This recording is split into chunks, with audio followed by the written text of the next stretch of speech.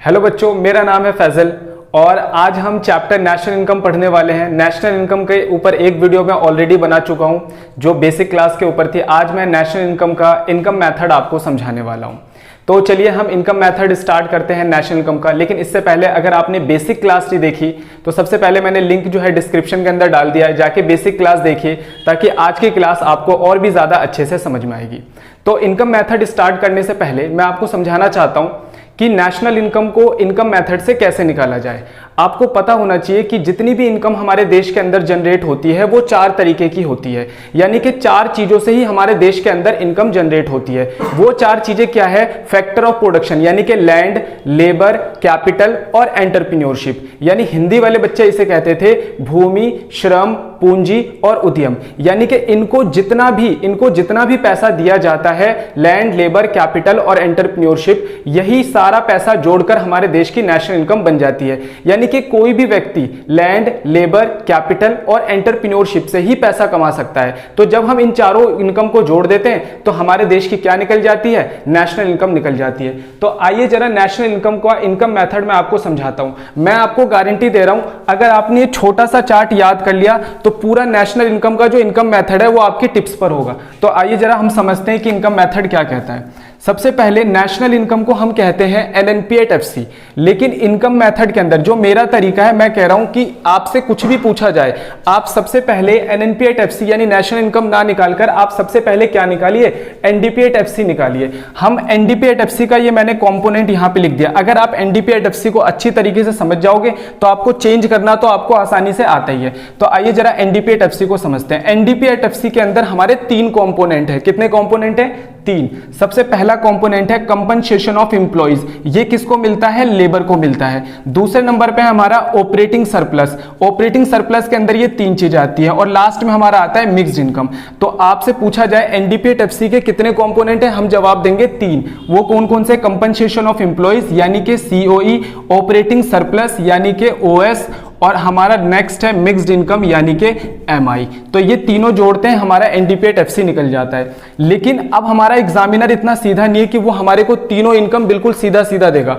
तो अब हम इसके अंदर देखते हैं कि क्या क्या चीजें वो चेंज कर सकता है। अगर कंपनसेशन ऑफ एम्प्लॉइज अगर साफ साफ आपको दे रखा है क्वेश्चन के अंदर तो हम नीचे की सारी चीजें भूल जाएंगे। लेकिन अगर हमें कंपनसेशन ऑफ एम्प्लॉइज साफ साफ नहीं मिलता तो हम 2 चीजें कंसीडर करते हैं। वो क्या क्या चीजें? पहला है सैलरी एंड वेजेस और दूसरा है employer contribution to social security scheme.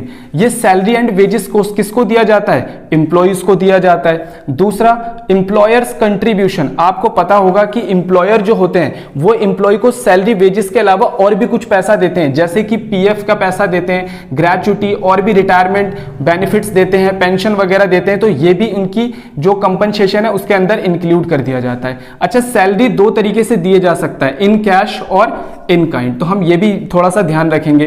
Cash में बेसिक सैलरी दिया जा सकता है, डियरनेस अलाउंस, बोनस, कमीशन और हाउस रेंट। अच्छा, इन काइंड के अंदर क्या क्या दिया जा सकता है सैलरी और वेजेस के अंदर? जैसे मेडिकल फैसिलिटी दे देना अपने इंप्लॉइज को, ठीक है, व्हीकल दे देना पर्सनल यूज के लिए, रेंट फ्री अकोमोडेशन यानी कि जो रेंट फ्री घर है वो दे देना। तो ये सारी चीजें क्या है? Salary, wages, in kind. तो पहला मैंने आपको समझाया कंपनसेशन ऑफ एम्प्लॉइज। अगर दे रखा है तो बहुत अच्छी बात, नहीं दे रखा तो हम ये दोनों चीजें कंसीडर कर लेंगे। अगले नंबर पे चलता हूं, ऑपरेटिंग सरप्लस। ऑपरेटिंग सरप्लस के अंदर 3 चीजें आती हैं। सबसे पहले रेंट एंड रॉयल्टी, इंटरेस्ट और प्रॉफिट। रेंट रॉयल्टी किसके बदले दी जाती है? लैंड के बदले। इंटरेस्ट किसके बदले दिया जाता है? कैपिटल के बदले। और प्रॉफिट किसके बदले दिया जाता है? एंटरप्रेन्योरशिप के बदले। तो ऑपरेटिंग सरप्लस अगर हमारे को साफ साफ दिया है तो सीधी सी बात है हम नीचे की सारी चीजें भूल जाएंगे। अगर ऑपरेटिंग सरप्लस नहीं दिया तो 3 चीजें जोड़कर हम क्या निकालेंगे? ऑपरेटिंग सरप्लस निकालेंगे। रेंट एंड रॉयल्टी, इंटरेस्ट और प्रॉफिट। इतनी बात आपको समझ में आ गई होगी। अब हम क्या करते हैं, कई बार हमारे एग्जामिनर हमारे को प्रॉफिट के अंदर भी घुमा देता है। तो अगर हमारे को प्रॉफिट नहीं दे रखा तो हम 3 चीजें यहां पर कंसीडर करेंगे। पहला क्या? डिविडेंड और डिस्ट्रीब्यूटेड प्रॉफिट। आपको पता होगा कि फर्में और कंपनियां जितना भी प्रॉफिट कमाती हैं उसके 3 हिस्सा कर देती है। सबसे पहला हिस्सा वो प्रॉफिट जो बांट दिया जाता है, जिसे हम कहते हैं डिविडेंड या डिस्ट्रीब्यूटेड प्रॉफिट। कंपनी के केस में प्रॉफिट जो बांट दिया जाता है उसे हम डिविडेंड कहते हैं। दूसरा प्रॉफिट, प्रॉफिट टैक्स या फिर कॉर्पोरेट टैक्स। प्रॉफिट का एक हिस्सा गवर्नमेंट को चला जाता है, यानी कि गवर्नमेंट टैक्स के रूप में मांग लेती है, उसे हम क्या कहते हैं? प्रॉफिट टैक्स या फिर कॉर्पोरेट टैक्स।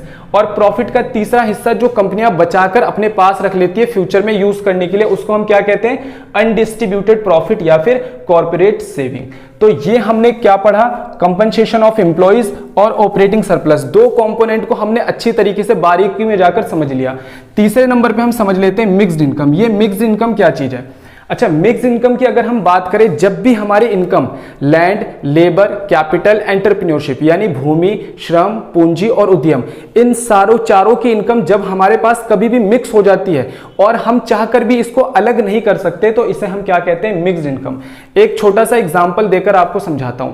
एक जनरल स्टोर चलाने वाला व्यक्ति, मान के चलो एक व्यक्ति जनरल स्टोर की दुकान चला रहा है और वो जनरल स्टोर उसके खुद का है, यानी कि मकान भी उसका खुद का है और उसमें काम भी वो खुद ही कर रहा है। इसका मतलब क्या है कि लैंड भी उसकी खुद की, लेबर भी खुद लगा रहा है, ठीक है, कैपिटल भी खुद का लगाया और एंटरप्रेन्योरशिप भी खुद ही है। यानी कि यहां पर जो इनकम आने वाली है वो सारी इनकम कैसी है, मिक्स्ड हो रखी है और हम इसे चाहकर भी अलग नहीं कर सकते। तो ऐसी इनकम को हम क्या कह देते हैं, मिक्स्ड इनकम। तो आपको मैंने एनडीपीएट एफसी के पूरे कंपोनेंट आपको अच्छी तरीके से समझा दिया। अलग अलग बुक के अंदर अलग अलग तरीके से इसको लिखा हुआ होता है, मैंने सारी बुकों को कंबाइंड कर और इनके कंपोनेंट्स आपको लिखवा दिए हैं।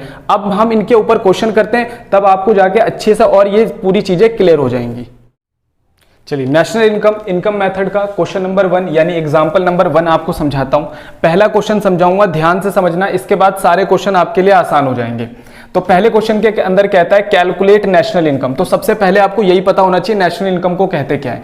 नेशनल इनकम को कहते हैं हम लोग NNP@FC। बेसिक क्लास के अंदर आपको बताया था, दो एब्रीवेशन याद रख लो, नेशनल इनकम को NNP@FC, डोमेस्टिक इनकम को कहते हैं NDP@FC। अब इसके अंदर कंपोनेंट क्या क्या है, कंपनसेशन ऑफ एम्प्लॉइज 2000 है, रेंट की वैल्यू है, प्रॉफिट है, डिविडेंड है, इंटरेस्ट दिया हुआ है, मिक्स्ड इनकम दिया हुआ है, net factor income to abroad दिया हुआ है, नेट एक्सपोर्ट दिया हुआ है, NIT दिया हुआ है, डेप्रिसिएशन दिया हुआ है, net current transfer to abroad दिया हुआ है। तो ये सारी चीजें हमारे को क्वेश्चन के अंदर गिवन है। तो क्वेश्चन मैंने पूरा पढ़ दिया है, अब पूरा क्वेश्चन जो है एक बार सोल्व करते हैं। नेशनल इनकम निकालना है, मैंने बोला था निकालना कुछ भी हो, लेकिन सबसे पहले हम क्या निकालेंगे, NDP@FC। पूरा कंसेप्ट मैंने आपके लिए यहां पर लिख दिया है, NDP@FC निकालते हैं। तो सबसे पहले निकालेंगे NDP@FC। फॉर्मूला क्या था, मैंने बोला तीन चीजें फॉर्मूले में आते हैं, compensation of employees COE plus दूसरा क्या है ऑपरेटिंग सरप्लस यानी कि OS, और तीसरे नंबर पे हमारा क्या है मिक्स्ड इनकम यानी कि MI। ये मैंने फॉर्मूला लिख दिया, तीन चीजें इसके अंदर आती है। सबसे पहले ढूंढते हैं कंपनसेशन ऑफ एम्प्लॉइज। क्वेश्चन के अंदर देखो कंपनसेशन ऑफ एम्प्लॉइज सबसे ऊपर मिल गया। अगर हमारे को कंपनसेशन ऑफ एम्प्लॉइज मिल गया तो नीचे का हमारे को कुछ भी नहीं देखना, अगर ये दिया भी है ये दिया भी है तो भी हम क्या करेंगे, इसको इग्नोर कर देंगे। तो कंपनसेशन ऑफ एम्प्लॉइज हमारा कितना आ गया, 2000 रुपए। ऑपरेटिंग सरप्लस को ढूंढते हैं, ऑपरेटिंग सरप्लस क्वेश्चन के अंदर गिवन नहीं है, यानी कि ये वाली चीज हमारे को डायरेक्ट क्वेश्चन में गिवन नहीं है। तो अब हम क्या करेंगे, तीन चीजें यहां पर ढूंढेंगे। सबसे पहले ढूंढता हूं रेंट एंड रॉयल्टी क्वेश्चन के अंदर से। ये रहा, मेरे को रेंट मिल गया 400 रुपए, तो रेंट मिल गया। उसके बाद रॉयल्टी ढूंढ लेते हैं, रॉयल्टी नहीं है। उसके बाद इंटरेस्ट ढूंढते हैं, इंटरेस्ट ये रहा, मेरे को मिल गया 500, इंटरेस्ट 500 मिल गया। अब ढूंढते हैं प्रॉफिट, लास्ट वाला प्रॉफिट हमारा है 900, ठीक है। तो कंपनसेशन ऑफ एम्प्लॉय पूरा लिख लिया, ऑपरेटिंग सरप्लस में तीन चीजें दी हुई थी वो लिख लिया, यहां पर प्रॉफिट सीधा सीधा दिया है इसलिए मैं नीचे भी नहीं गया, ठीक है जी। तो प्रॉफिट भी हमारे को अच्छी तरीके से मिल गया। MI मिक्स्ड इनकम ढूंढ लेते हैं, कितना दिया हुआ है मिक्स्ड इनकम, ये रहा मिक्स्ड इनकम हमारे को दिया हुआ है 7000 रुपए। एक बार इसकी कैलकुलेशन कर लेते हैं, टोटल कितना आ रहा है, ये आ जाएगा आपका 10,800। ये किसकी वैल्यू आ गई, NDP@FC। क्वेश्चन में अभी मैंने NDP@FC निकाला है, लेकिन क्वेश्चन में पूछा गया क्वेश्चन में पूछा गया NNP@FC यानी कि नेशनल इनकम हमसे पूछा गया है। अब हम बेसिक क्लास का इस्तेमाल करेंगे, NNP@FC निकाल रहे हैं। जिस बच्चे ने भी बेसिक क्लास नहीं देखी उसको चेंज करना समझ में नहीं आएगा, तो मैं पहले बोल रहा हूं कि डिस्क्रिप्शन के अंदर मैंने डाल दिया है, आप जाइए पहले बेसिक क्लास को अच्छी तरीके से देख लीजिए। अब हमारे को निकालना है NNP@FC, किसकी मदद से निकालेंगे, NDP@FC की मदद से निकालेंगे। ये गिवन है तो इसको यहां पर भी लिखना पड़ेगा, NDP@FC। अब चेंज कर लेते हैं, N से N क्या हो गया, कैंसिल। डोमेस्टिक से नेशनल जाना है, याद करो डोमेस्टिक से नेशनल क्या करते थे, प्लस NFIA ये करते थे। P से P हमारा क्या हो गया, कैंसिल, और FC से FC भी क्या हो गया, कैंसिल हो गया।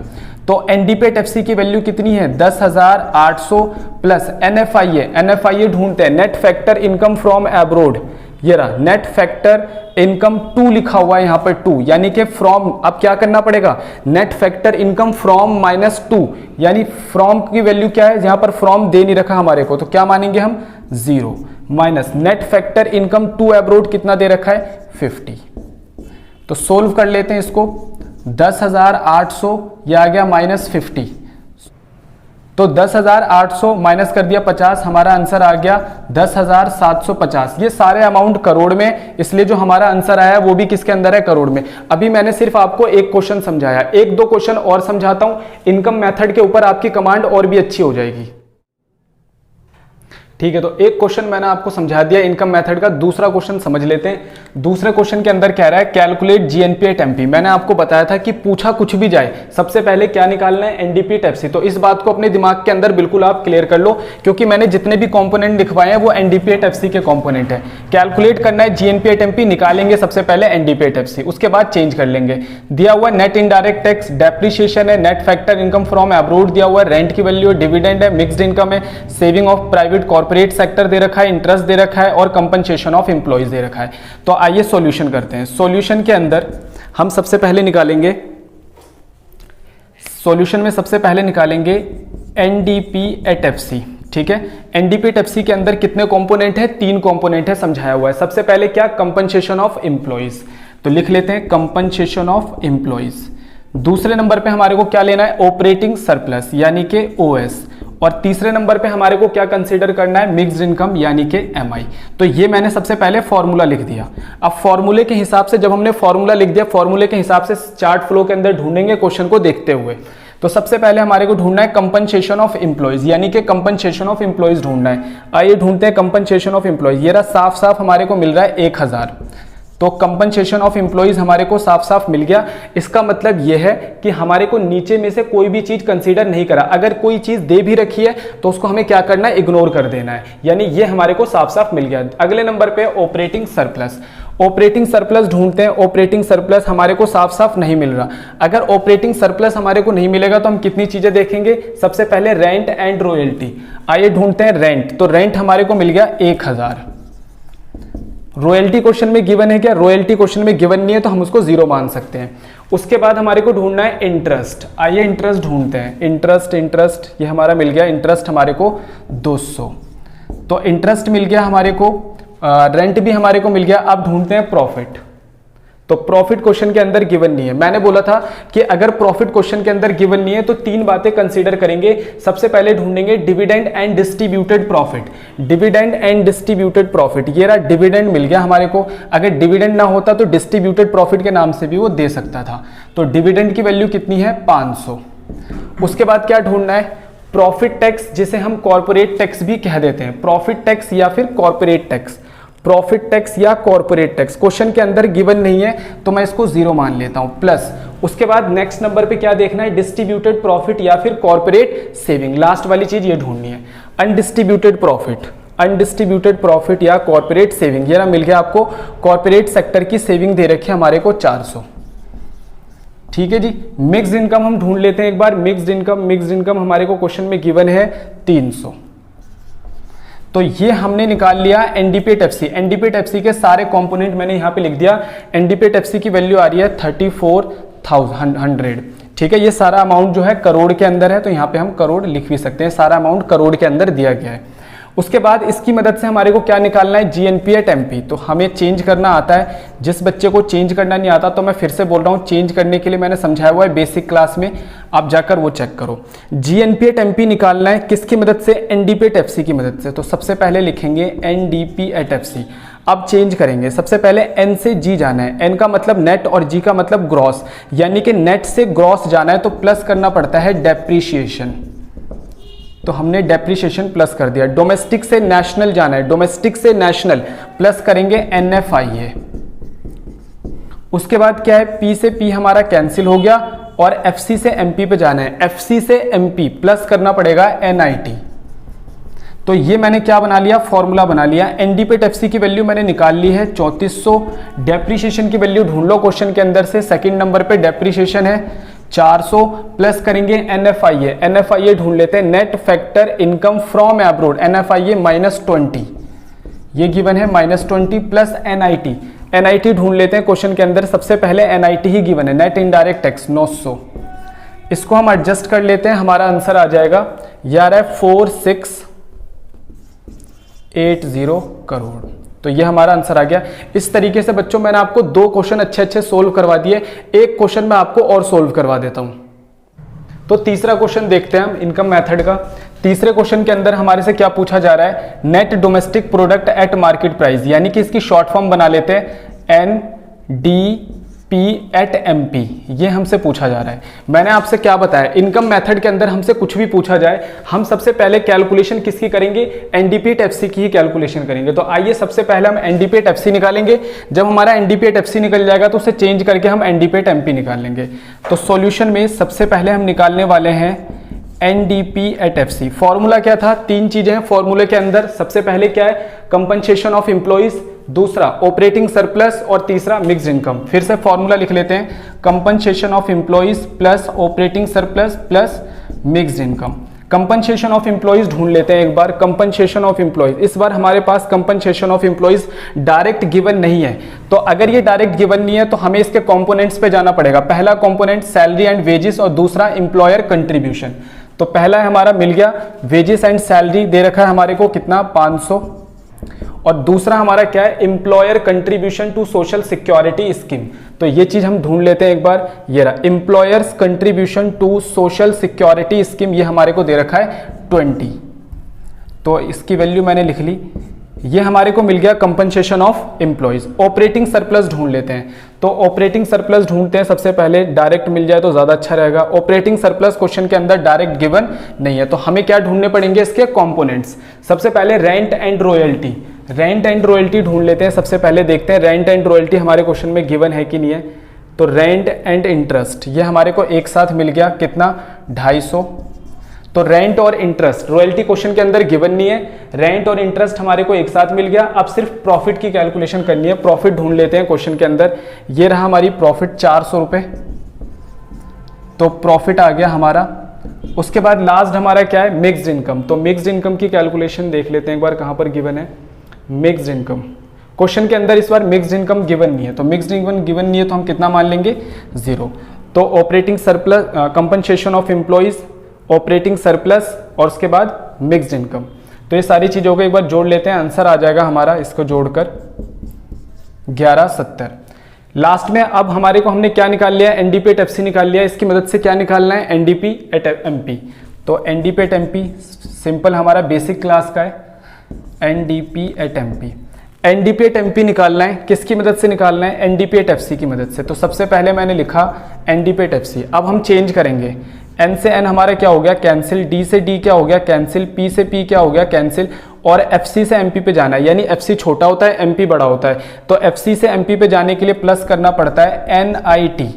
तो NDP एट MP की वैल्यू है 1170 प्लस NIT की वैल्यू हमारे को क्वेश्चन में गिवन है, देख लेते हैं एक बार। NIT NDP एट MP की वैल्यू, सॉरी ये NDP एट FC था तो मैं इसको एक बार FC लिख देता हूँ। NDP एट FC था, NDP एट FC की वैल्यू 1170 और NIT क्वेश्चन के अंदर हम यहाँ पर डायरेक्ट गिवन नहीं है। तो मैंने बेसिक क्लास के अंदर आपको क्या समझाया था, अगर नेट इनडायरेक्ट टैक्स गिवन ना हो तो हम कैसे निकालते हैं, इनडायरेक्ट टैक्स में से सब्सिडी माइनस कर लेते हैं। तो क्वेश्चन में इनडायरेक्ट टैक्स भी गिवन नहीं है, तो इनडायरेक्ट टैक्स की जगह कौन ले लेता है, GST। तो GST उसका दूसरा नाम है। तो कैसे निकालेंगे, GST में से सब्सिडी माइनस कर देंगे। तो GST हमारा दिया है 50 माइनस 10, ये हमारा सब्सिडी है। क्वेश्चन के अंदर हमारा आंसर आ जाएगा 1210। ये सारे आंसर जो है वो करोड़ में है, तो इसलिए हमारा आंसर भी किस में आएगा, करोड़ में आएगा। तो ये 3 क्वेश्चन मैंने आपको इनकम मेथड के अच्छे सोल्व करवा दिए। पूरा चार्ट मैंने आपको समझा दिया, बेसिक कंसेप्ट समझा दिया, क्वेश्चन इसके ऊपर करवा दिए। और भी सारे क्वेश्चंस की PDF बनाकर लिंक डिस्क्रिप्शन के अंदर डाल दूंगा। तो बच्चों ये था हमारा इनकम मेथड, बड़ा ही सिंपल सा है। मैंने क्या बताया, इनकम मेथड के अंदर कुछ भी नहीं है। ये सारी गेम किसकी है, सिर्फ ये जो हमने कंपोनेंट लिखा है ये। अगर आपको ये कंपोनेंट अच्छी तरीके से याद हो गया तो पूरा नेशनल इनकम का जो इनकम मेथड है वो आपकी टिप्स पे होगा, सारे क्वेश्चन आप आराम से कर लोगे। तो चलिए आज के मेथड के अंदर हमने इतना ही सीखा, एग्जाम्पल भी आपको करवा दिया, चार्ट भी पूरा समझा दिया। अगली क्लास के अंदर मिलता हूं जिसके अंदर मैं आपको एक्सपेंडिचर मेथड बिल्कुल आराम से समझाने वाला हूं। अगर मेरा वीडियो आज का अच्छा लगा है तो ज्यादा से ज्यादा इसे शेयर करें, हमारे चैनल को सब्सक्राइब करें और वीडियो को लाइक जरूर करें।